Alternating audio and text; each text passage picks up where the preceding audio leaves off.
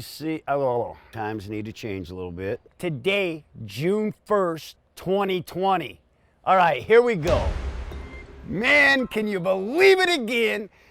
Everything about what's going on around we'll call them the demonstrations. I can't even go there tonight because it's just something that we don't need to get into, but you know what we do need to talk about? This COVID. Still. This same damn COVID-19. Well, hell, that should be COVID 2020 by now. Hell, because hindsight is 2020. Are you kidding me? I have friends that are in the healthcare business, okay? No disrespect to any of you on those front lines. I get it, that you have to deal with that daily because of your interaction with people. But in the part of the world that I live in, man, we don't have that issue here.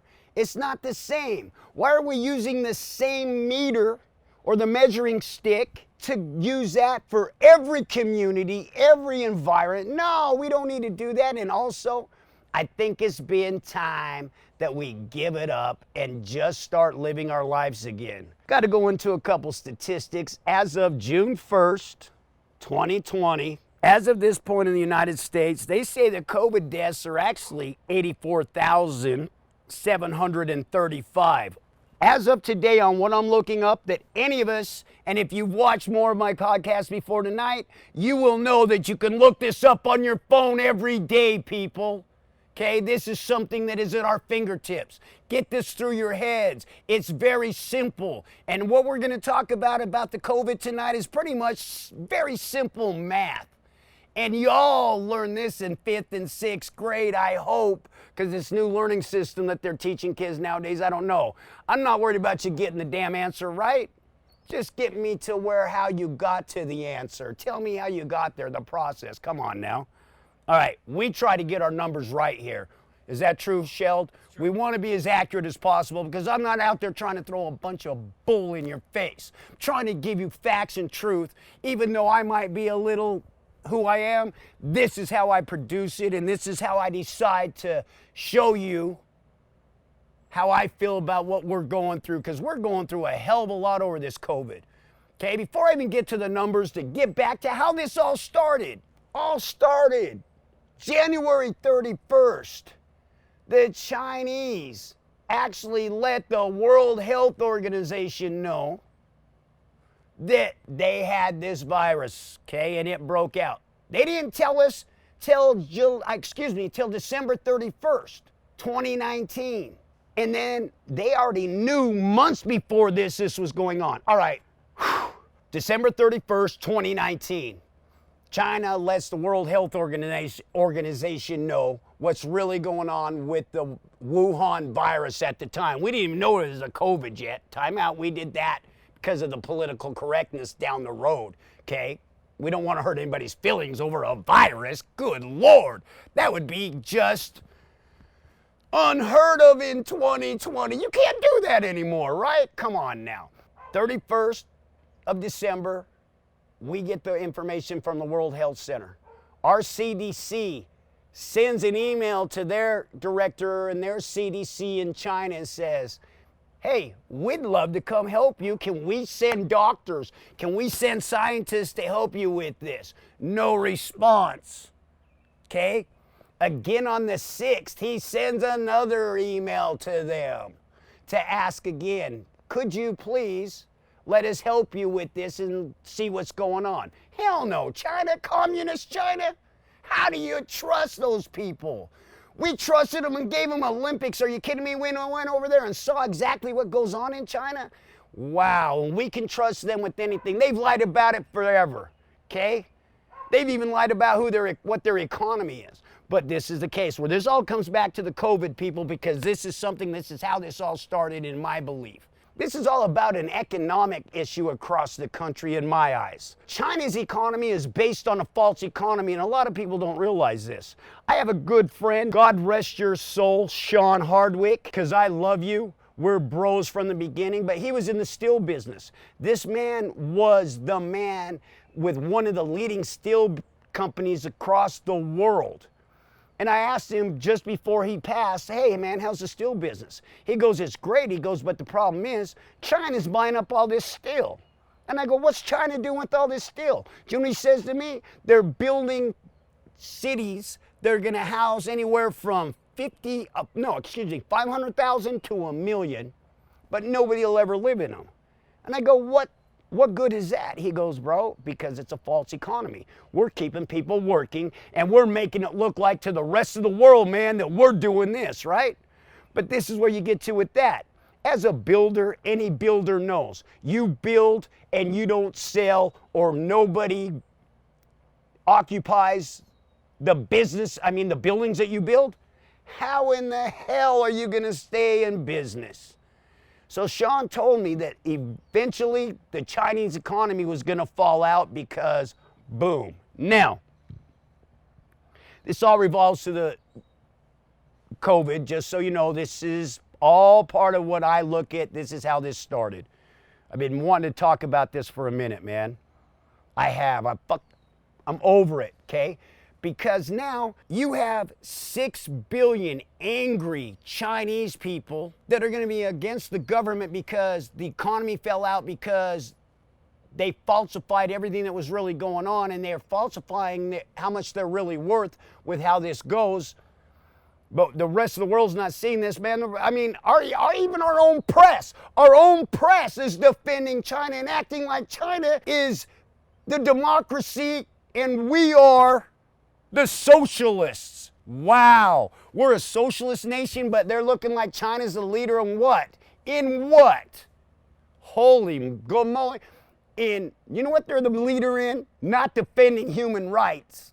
They're the leader in taking human rights and making you believe that they're the good guy. Wow, is this a country western movie? Hell no. They got the white hat on? Bullshit. They've been red forever, and we know this. I'm not racist, I don't care. It's been the way history dictates that.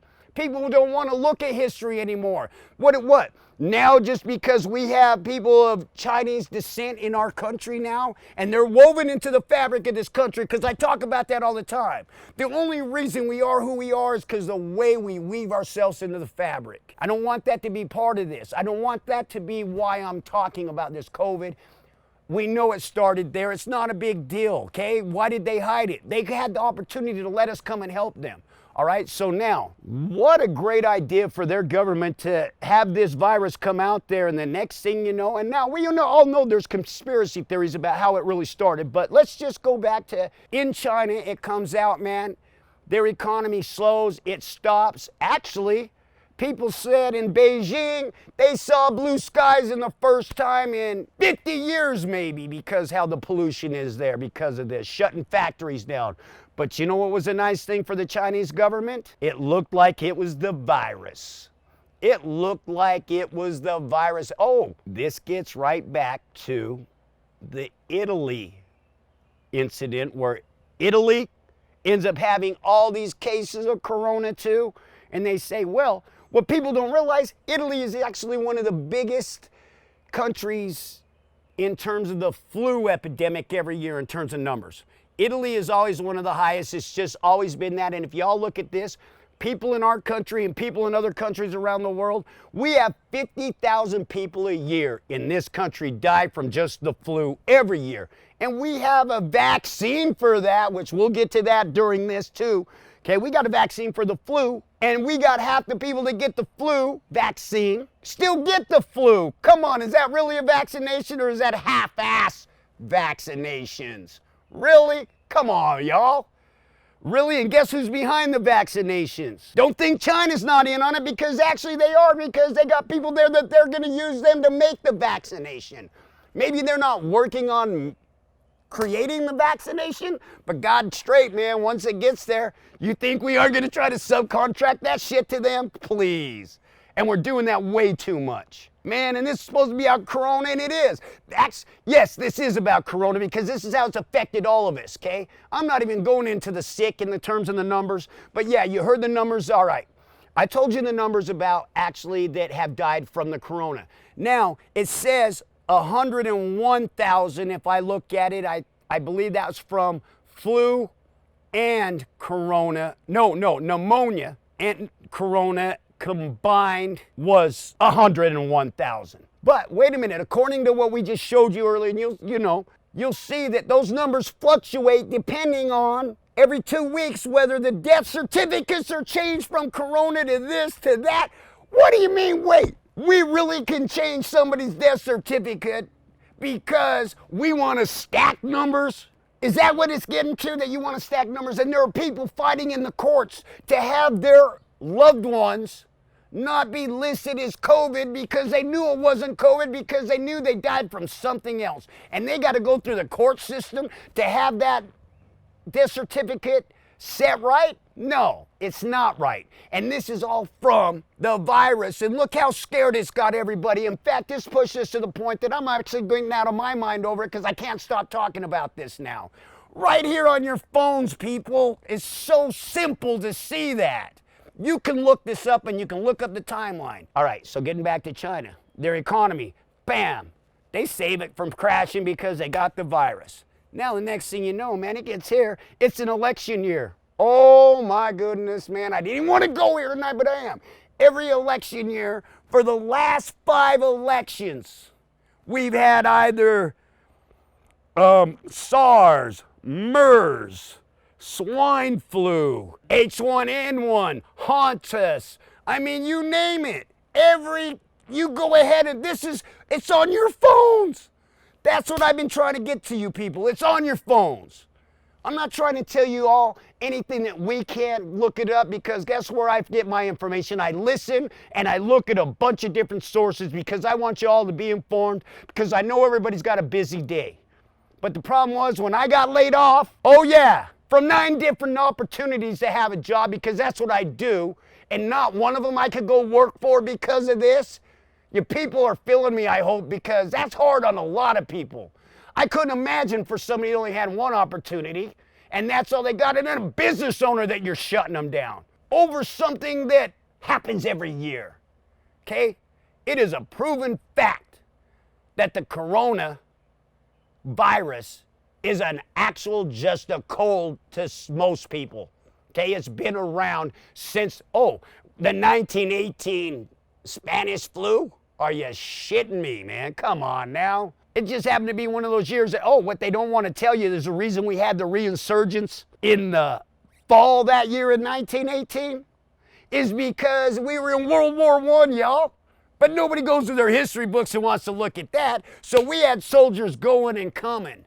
No wonder it had a resurgence coming back in the fall. Cheese and rice. It happens.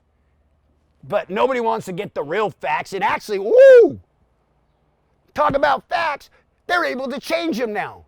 The actual numbers that they talked about for the Spanish flu were only like 50,000 to 60. Now they've tried to bump that up to 100,000 in the books. Why would you, they went back and changed those death certificates too? Woo! Wow, that's almost like having dead people vote, which this corona, that's gonna be the case, y'all. If we're gonna go to nothing but mail-in voting and voting online, we're gonna be in a hell of a lot of trouble. This could maybe be the most corrupt election ever. But when you look at mainstream media, these people want to tell you, I even listen to NPR, man. I listen to BBC. I listen to all these different sources. But when I'm listening to NPR and these people hate on it so bad, they're trying to tell you that that's the way to go. And it's been proven in states in the past that no, it doesn't work. The governor of Texas, God bless you, bro, because guess what? You're fighting this online stuff and this mail-in stuff because you know how it works. Now, I know there's a lady in your state, just so you know, she says she can't get there and she needs a mail-in ballot. Maybe somebody needs to go meet this woman in person to see why maybe she needs a mail-in ballot. You know what I mean? You can't judge everybody. She's just saying she's getting older. She's 62. She can't make it. My point is, people, don't let this happen all over what we think is a virus. Oh, by the way, the masks, before we go, the masks. Don't wear them as a badge of honor.